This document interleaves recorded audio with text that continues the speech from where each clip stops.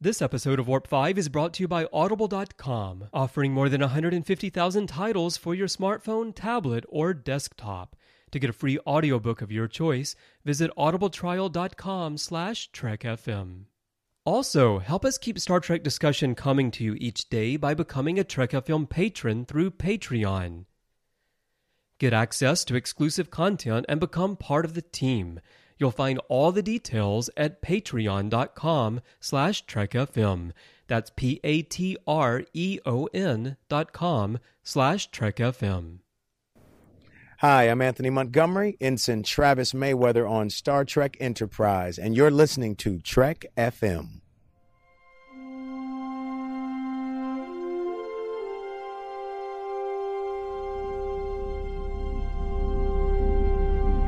How we doing, Tripp? Ready when you are. Prepare for warp. Course laid in, sir. Request permission to get underway.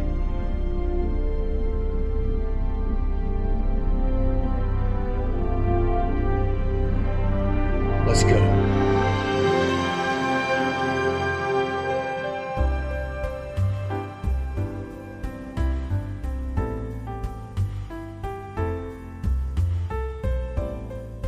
Welcome, Boomers, to another episode of Warp 5, Trek FM's dedicated Enterprise show. I'm your host, Floyd Dorsey, and in the conference room with me today is the regular guest that I've got here, Brandon-Shea Mutala. Brandon, you've got a cot on the bridge, but we can assign you quarters.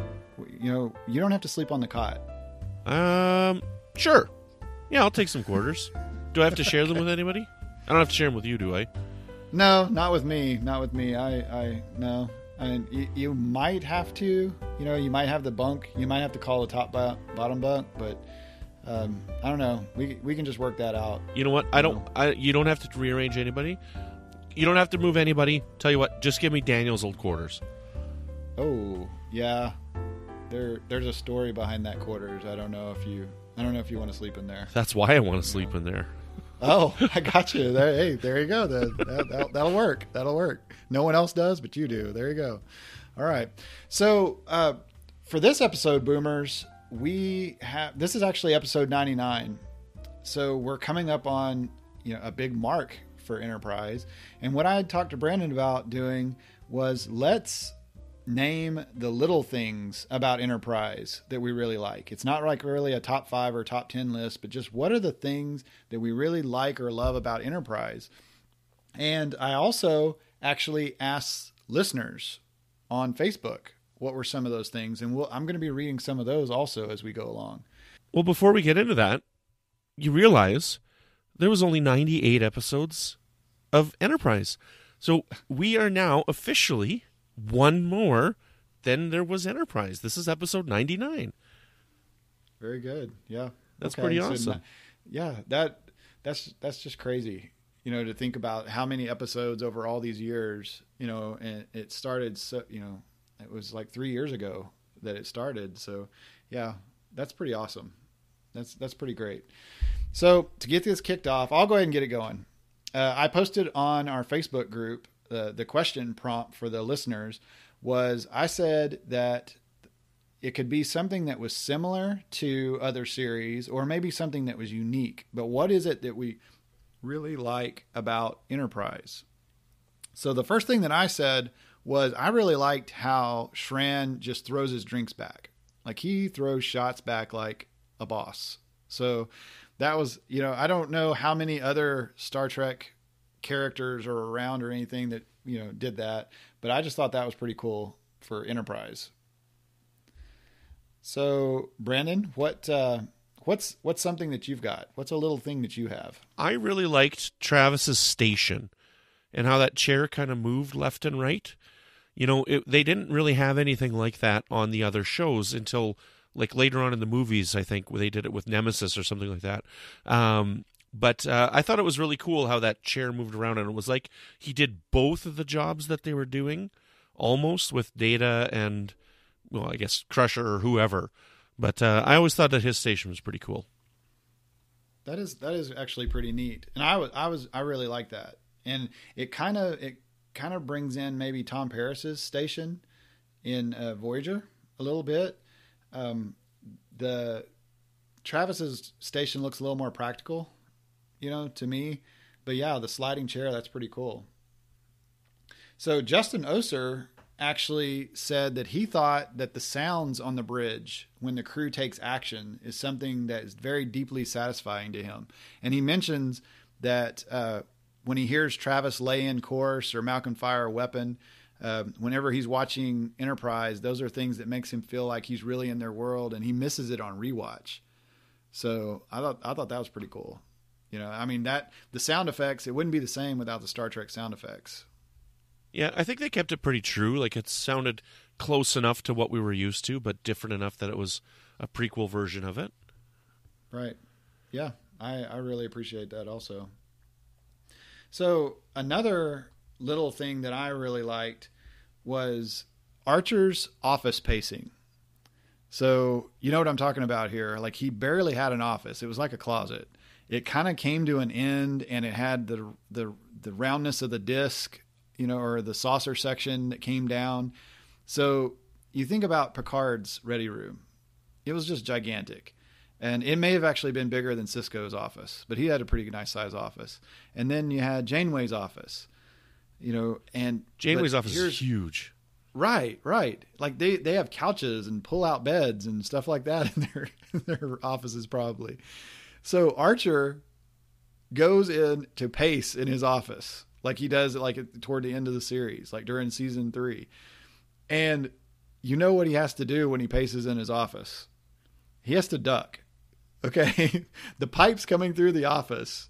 If you'll watch really closely, when he does some pacing, Bakula dodges these pipes like a pro. Okay. But I just thought that was so cool because we've never seen anything like that before. The captain has to go in his ready room, and there's pipes that he has to dodge if he wants to stand up and walk around. So have you ever noticed that, Brandon? I have, yeah. And I always noticed it because I'm a tall man as well, right? So I'm like, oh man, I bet you if this guy's ducking, I'd be on my knees in that room.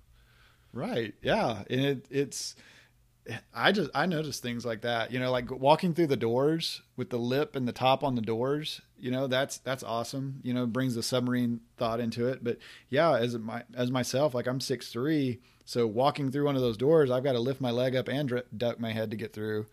That's another thing that I really love about Enterprise. So what's something else that you've thought of? So this is more from the technical aspect of the show, and I know it has a lot to do with the budget, but I really liked some of the shots they did of the Enterprise ship when it was orbiting a planet, and they would have it from above, right? And they'd look down, and the Enterprise would kind of just scroll across the screen. Right. And you'd see it either from the top side or the underside or something like that. They started to do that a little bit with Voyager near the end of its run, but I really liked how they did it with the Enterprise and how the look of the ship fit the frame. Enterprise had some unique shots, I thought, from other series. They benefited from advanced CGI effects, and by having a CGI model, there's some really good shots though, like planet shots and nebula shots and things like that. So yeah, I really appreciate that also. So listener Tim Cooper actually says that he's been in the U.S. Navy for almost 25 years. And he said that every ship that he served on has had a personality. So little quirks that make them unique, even from their sister ships. So he said, ever so often Enterprise episodes created that sort of experience by showing things such as the squeak in the captain's ready room, the captain's chair that was just a touch too high for him to be comfortable, or the scratch that Tripp put on the hull paint with the inspection pod. And he said that he wished they'd done that more often, and those were the little touches that he thought made the show more enjoyable and plausible. So yeah, that is pretty cool. He's naming, those are actually just little things, just exactly like what we're talking about here. And Marcia Pratt, she definitely approved of that. Definitely the ship was something that she really loved about this show. I misunderstood the question when you read it to me the first time, or his response the first time. I thought he was talking about the dynamics with the crew when I first heard that from you. But yeah, it's neat that they always talk about ships like they're a she. Usually it's a she, and they got a personality, right? So just another quick one here from the listeners. Mark Flessa actually said that he loved the baseball caps. So I want one of those caps, and those things are sold out. They're made by Anivos, and they Jeff Harlan, he has one for the Columbia, and that I want one. So, if you ever see one around, Brandon, that's a present for me right there, man. Right after I buy one for me. Oh, okay. Well, they better have two then. Okay. Yeah. So another little thing that I really enjoy about Enterprise is the real food. They had real food. They had steak. They had salad. It was none of that replicated stuff. They had chicken. It was the real thing. And Dennis Costello, he said the same thing. He loves how they regularly sat down for meals cooked by a person and served by an orderly in the captain's mess. And he thought it reminded him of those scenes in Hornblower novels where he hosted dinners for his officers. So, yeah, that's very cool. Oh, yeah. Real breadsticks? Yeah, that you can cut with a knife, yep. Right? If you have patience and discipline.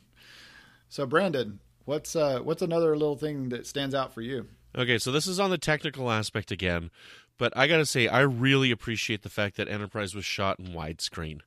It really changes how it looks, and it looks and feels different simply because it's in widescreen.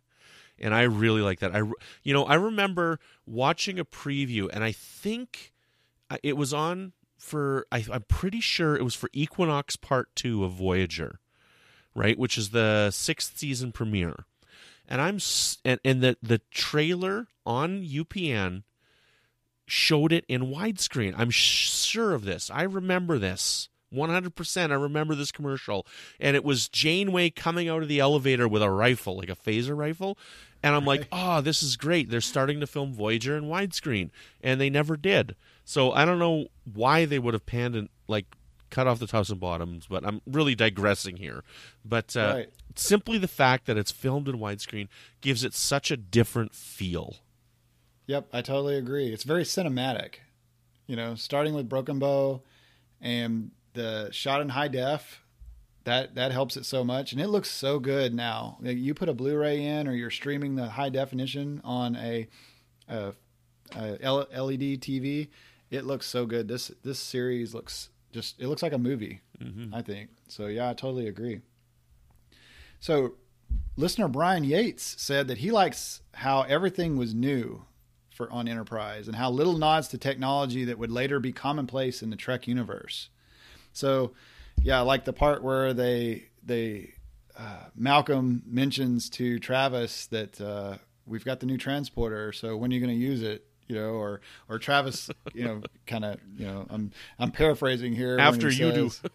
Yeah, kind of like, are you sure about this? And they go, it's been approved for biological use. And he's like, you're talking about fruits and vegetables, right? He's like, yeah, and lieutenants and ensigns also, and helm officers. What is it? Armory officers and helm officers. That's what they say. So, yeah.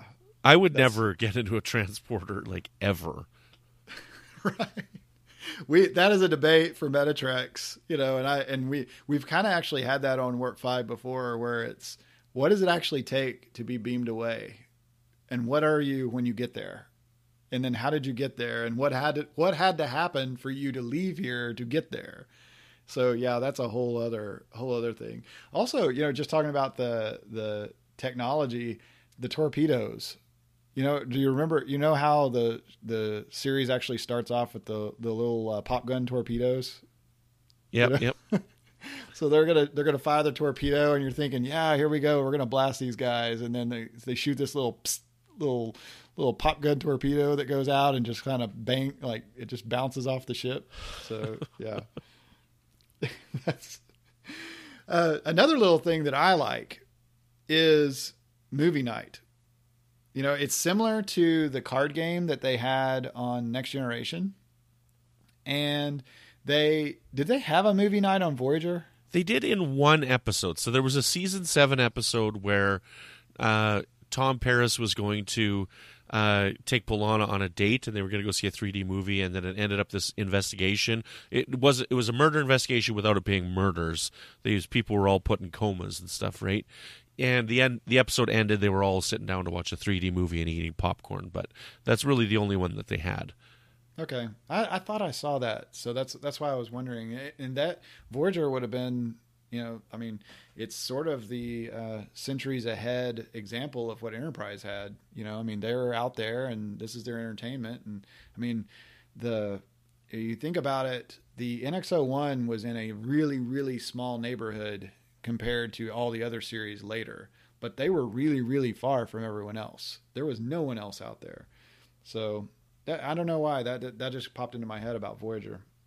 Listener John Cipolla actually said that he loved learning about Andoria on Enterprise. So, and also Marcia Pratt, she said that she loved anything to do with the Andorians. So, Brandon, were you a fan of the Andorians showing up? I was. I thought they were pretty cool. I really liked seeing the races. We talked about it one previous episode, like the tell rates and stuff. I think they look fantastic. And, people are complaining about what's Discovery. What are they going to look like when we get around to Discovery? I hope they look as bad as they do on Enterprise, because on Enterprise they look great. The tell rates look awesome. The Andorians look awesome. I trust them wholeheartedly to make whatever aliens they have look great. And, yeah, I think they did well developing the race of Andorians and learning a little bit more about their culture. Okay, so this is kind of a little thing, but even the battle that Archer had to do with Shran, and the fact that the weapon they're using is an ice cutting tool, is so neat. Yep. Because they're on an ice planet. It's a cold planet. That's Yeah, awesome. That's an awesome little touch. And it actually looked like something that you would use. Yeah. It had the blade on the front. It had the spike on the bottom that you could climb with or pull yourself up if you fell, down or you're having to climb on ice. So yeah, it's actually pretty practical too, I thought. But boy, that you get into that's kind of a little thing is the Andorians, just how they expanded the Andorians on Enterprise. We barely got to see anything of an Andorian ever. And even on our original series, it wasn't a real Andorian. He was actually, a fake Andorian. So yeah, that's the fight to the death, that kind of cuts out, that kind of culls the Andorian species down a little bit too, though. So, Marcia Pratt mentions that she really likes Tripp's Southern accent and Malcolm's British accent and Phlox's twitches, mannerisms, and pets that I guess his menagerie that he has in the sick bay that he's got there. Those are some little things that she really likes. Oh, when he's trying to catch that bird or whatever, he's like got that bird. He's like, ah! Yeah, it was a bird to scare the bat. That's right. Yeah. Because it was like a predator of the bat. Yeah. That was a night in sick bay. Yeah, I believe. Yep. So this one, I know you're going to like this one, Brandon. This is one of the little things that I really like. I'm ready for it. The sweet spot. Yes. The sweet spot.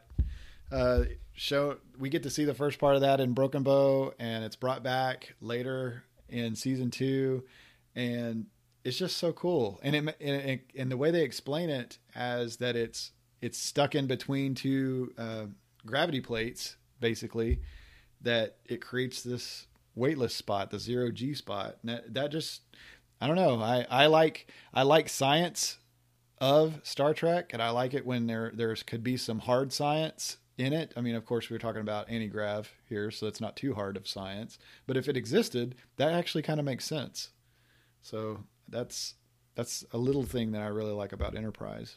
So what's something else that you've got, Brandon? Oh, geez, I'm not sure. I think I might have exhausted my list. You had a little list of little things? I had a little list of little things. Well, I've got plenty more. Oh, so keep going. I can just hog the mic the whole time. So practical uniforms. You've got a pocket for everything. And, you can't see Picard put his communicator in his arm pocket. Okay. And Archer does it all the time. So yeah, practical uniforms. Norman Lau, when we met him down at the convention there at Vegas, he had an Enterprise flight suit jacket costume, and he's like, "I love this costume so much. There's so many pockets," and he's like, he's like stuffing stuff in his pockets like left and right. It's great. Did he pull anything out of the arm pocket? No, he didn't. Oh, okay. Yeah. So Tommy Kraft, he's a regular guest on Warp 5. And he made an Enterprise movie, Star Trek Horizon, and he sewed all of the jumpsuits. And I don't remember what he said right now, but it was an amazing amount of pocket or of zippers that he had to do, like 15 maybe or 25. I mean, it was something that was just ridiculous. And he had to actually teach himself how to sew. So to get those pockets looking right and get it all on there, Tommy can tell us all about the practical uniforms and what it was a pain to actually recreate them. All right, so let's go to another listener little thing that really stands out for them on the show. Yolanda Serrano said that she really liked the Andorians' antennas and how they wiggled just as we arch our brows. However, she said it's like they're making a double statement. So we arch one brow and Shran does two antennae. And that is actually true, because the antennae were part of how they expressed their personalities. Yeah. The Andorians. And you could tell, like, when they were mad or when they were being submissive or things, that was actually pretty cool to actually see the antenna actually move and it not be CGI'd.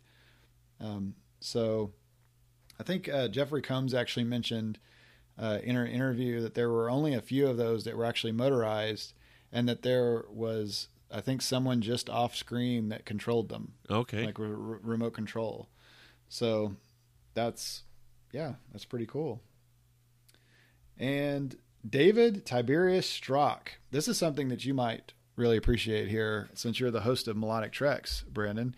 He said that he really likes how unique the theme song is. It is very unique. That's all you got? I never ever had an issue with the theme song to Enterprise. Like so many shows, I've said this, so many shows that I watch have got a theme song that's some other song, and it's a part of the personality of the show. House has a Massive Attack song.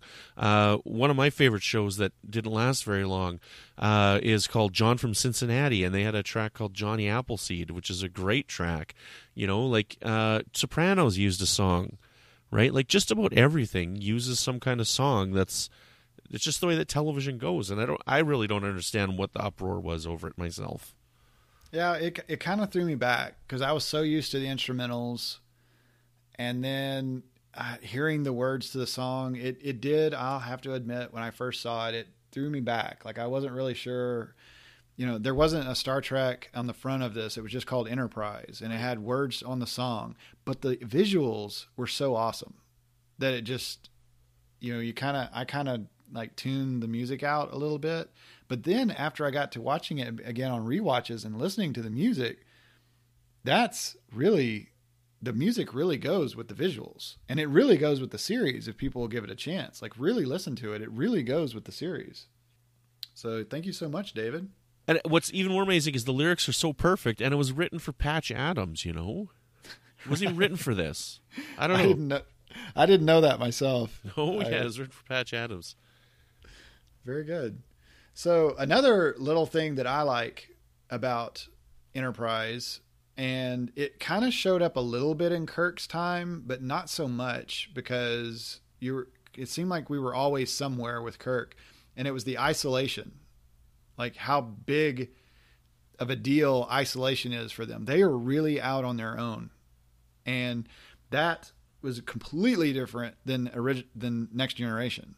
I mean, they were just going around the block, and they're passing people just like driving down the street right now. And they're taking people down, like a bus, to the next meeting or whatever it was around. DS9, that part of that, the hallmark of that was that we are really surrounded by aliens. We're in an alien place surrounded by aliens. And even Voyager, it was in the Delta Quadrant, but they seemed to always, I don't know. It didn't seem like they're as isolated as Archer and the NX-01. I mean, I guess a Voyager fan could probably make the same argument for Voyager. And there are some episodes like The Void, and there are some really good episodes where they really are stuck out there in like calm. Night. That's a great one. Where they're just stuck out there. And I guess that really stands out for me. And that's probably one of the reasons I really like Enterprise, because they're really out there alone. And they could be out there for a long, long time. Can you just imagine watching these shows, though, with the time that it takes for them to get from one place cool to another place cool? I think you could have done like a show, an episode like Night for Voyager. I know we're getting off on a tangent here, but an episode like Night, you really could have done an interesting arc in there where you got a lot of personal growth, character growth in that time frame. You could have had that stay out for a couple of episodes and learned a lot about people. Like, that's one of the things I like about Walking Dead, is a show like Walking Dead and Game of Thrones, you spend you spend an episode with just a couple characters, and then the next episode's a couple different characters. And part of it's frustrating because if you do have a favorite character, you're not getting very much of them. Yep. But part of the other aspect is you get an episode where you can really deep dive into one specific character. Yeah, that is true. And actually, this is kind of getting off on another tangent or bringing back the theme song.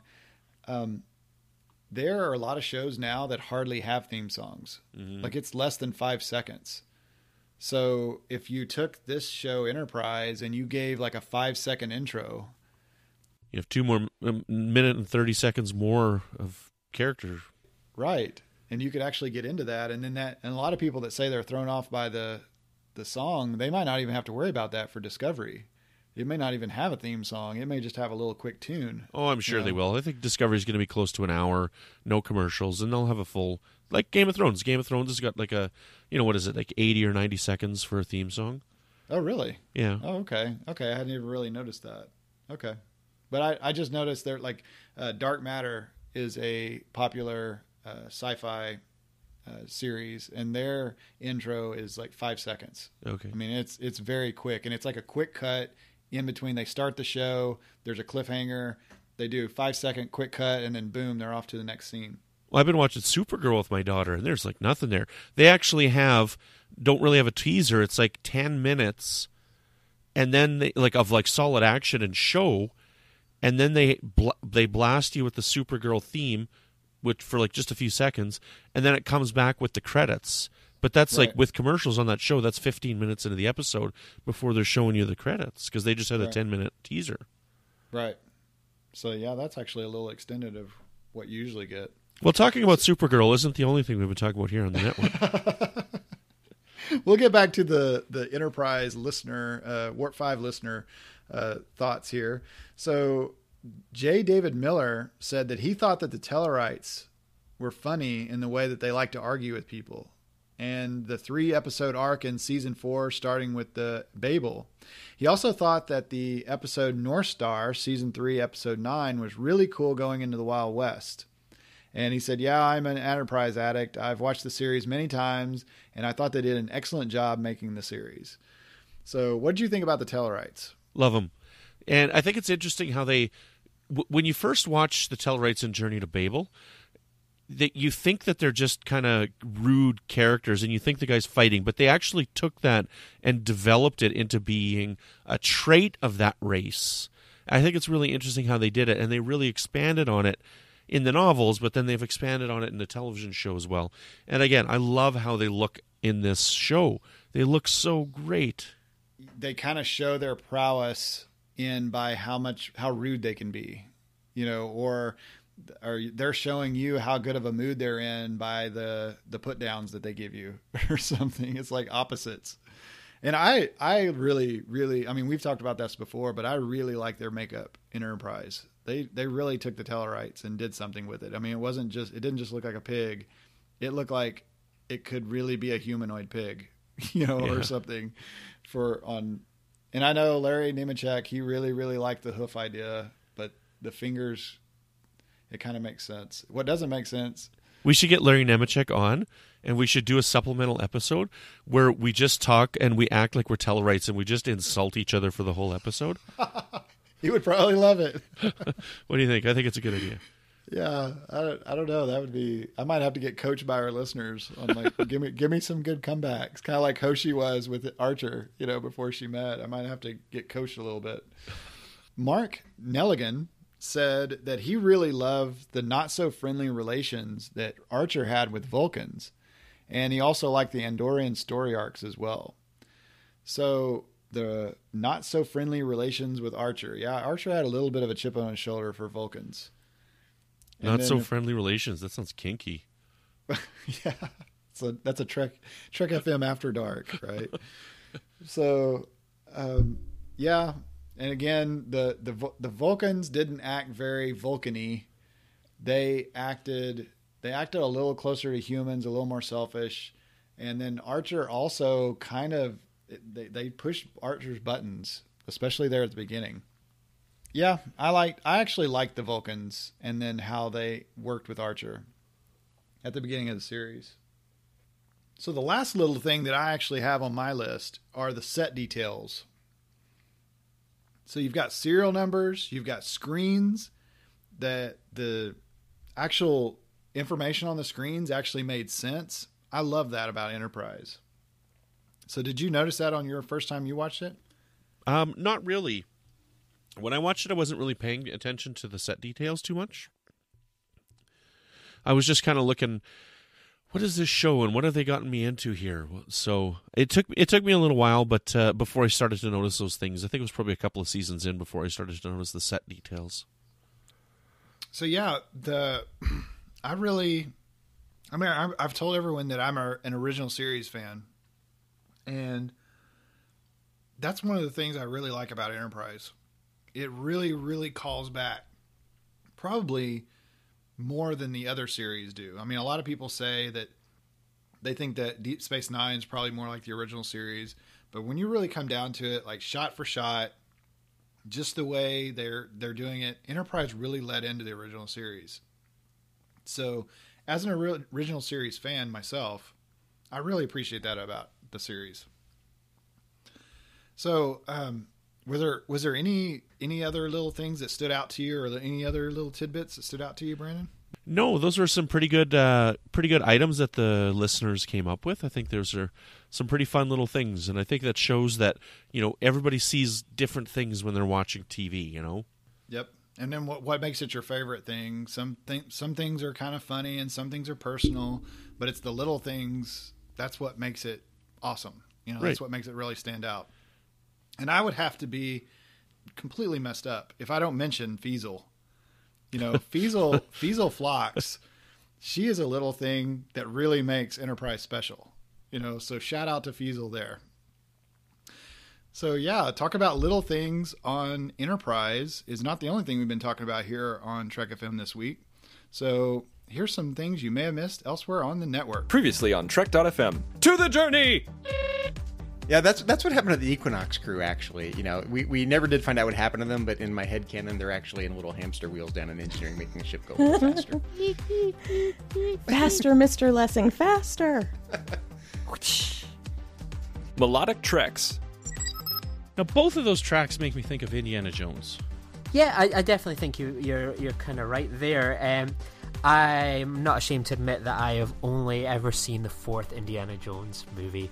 Dear Lord. Meta Treks. And that's the world of language that we live in. It's not this purely referential sense of language. Like when Riker says a minuet, he doesn't just mean, oh, yeah, that thing minuet that I can point to, whatever that is on the holodeck, right? A 17th century French dance. Maybe he wants to dance. Riker wants to bust a move. Saturday Morning Trek. When she did the psychic girl? Yes. Like that one where I was just like, really, Nichelle? Yeah. Like that is the direction that you want to go? Like, they are putting a device in the warp control room. Oh no! Like I was just, oh man! But you could tell it was Nichelle, and I was laughing so hard at that. It was so much fun. And that's what else is happening on Trek.fm. Check out these shows and find out what we're talking about in your favorite corner of the Star Trek universe. You can find us on iTunes, TuneIn, Stitcher, SoundCloud, or anywhere you get your podcasts. And if you want to grab the MP3 file or the RSS link, you can visit our website at Trek.fm, and they'll hook you right up when you get there. Also, if you're an Apple user, please hit the subscribe button. That makes it easier for other listeners to find the show, and that works that magical iTunes algorithm for others to find us. And while you're there, please leave us a star rating and review, and that also helps us greatly increase our visibility for our listeners. Another way you can help us keep all of our shows coming to you each week is to become a patron of the network on Patreon. So if you visit patreon.com/TrekFM, that's patreon.com/TrekFM, you'll find all our current goals and milestones. I started out on the network as associate producer at the $25 level. I got on to the Patrons Roundtable, the second one that actually came around. I was an associate producer for about a year, and then I got on the Patrons Roundtable, and that's how I got started. If you could just give $1 a month, that would help us so much. $5 a month gets you access to the Patron Zone, where you get content, you get access to behind the scenes, maybe some deleted scenes. But we are trying to help out our patrons by giving them some access to things that just the typical public don't actually get to see. So you can find out all the details on patreon.com/TrekFM. Also, if you want to wear your Trek FM fandom, you can find great Trek FM themed merchandise at the trekfm.store. If you've got a holiday coming up or a birthday, you got that wish list, you can slip that to your significant other and they can hook you up with some Trek FM merchandise like t-shirts, coffee mugs, cell phone cover, and just about anything you can. Just go to Trek.fm store. Thank you always to my co-associate producer, Mike Morrison. You can find Mike on the Babel Conference, Trek FM's dedicated Facebook listeners page. Also, thank you so much, Brandon, for taking over the editing and publishing of Warp 5. I know it's a little bit extra, and we do this all on a volunteer basis, and I really appreciate your help, Brandon. Hey, you're welcome. It's been a lot of fun. Also, I'd like to thank Tony Robinson. He hooks us up with the really cool show art, and thank you so much, Tony, for helping out Warp 5. If you'd like to get in touch with us here at Trek FM, you can always find us on trek.fm/contact. Look in the sidebar on the show page or go to speakpipe.com/trekfm and leave us a voicemail. That would be so cool if Brandon could splice in a voicemail of one of you. Tell us what you like about Enterprise. What are the little things that you really love? And maybe we can include that on a future show. You can also contact us through Twitter at TrekFM, Facebook at facebook.com/TrekFM, and as we mentioned, the Babel Conference. Type the Babel Conference, BABEL, into the search field on Facebook, or go to our website at Trek.fm and click discussion on the menu bar. So thank you so much, Brandon, for coming on here and talking about the little things. This has been something I've been looking forward to for months and months and months, was just to come in and just talk about just the things that I really like and love about Enterprise. So thank you so much. Hey, you're very welcome. I thought it was a neat topic and a neat idea, and it's nice to hear what little things people notice when they're watching the show. Yep. So on the show announcements for this, and those of you that are listening in your car or on your computer at work or anything, just jot down a couple of little things that you can think of, and be sure to post those on our show announcement in Facebook. That we'd really like to read what you think you really love about this great series. So Brandon, if people just cannot wait to tell you about the little things that they love, how could they get in touch with you? You can find me on Twitter at Brandon-Shea. Every once in a while, I poke my head up in the Babel Conference, and you can take a listen to my other podcast, Melodic Treks, which is all about the music of Star Trek, and that's here on the network. So I look forward to hearing from you guys. And Floyd, when you're not ducking underneath bulkheads and stepping over bulkheads, where can people find you? Yeah, ducking under a bulkhead and stepping over a beagle, that takes some coordination, I gotta tell you. But yeah, if you want to get in touch with me, you can always find me on the Babel Conference, the Trek FM listeners page on Facebook. So, Brendan, let's go ahead and go down here to this other little thing that I really like, which is Chef's homemade pecan pie. Yeah, that's a little thing that I like. Yeah. So what do you look forward to in the mess hall when we go down there? Well, I tell you what I'm looking forward to is our next episode. Oh, yes. That's a little thing I'm looking forward to. Yes, thank you for reminding me on that. Folks, this is episode number 99, so you know what comes next. It's episode 100, and we have a very special surprise for you, so be sure and stay tuned. Warp 5 100, it's a big one, okay? So stay tuned. Boomers, thank you so much for listening, and join us again next time for another episode of Warp 5.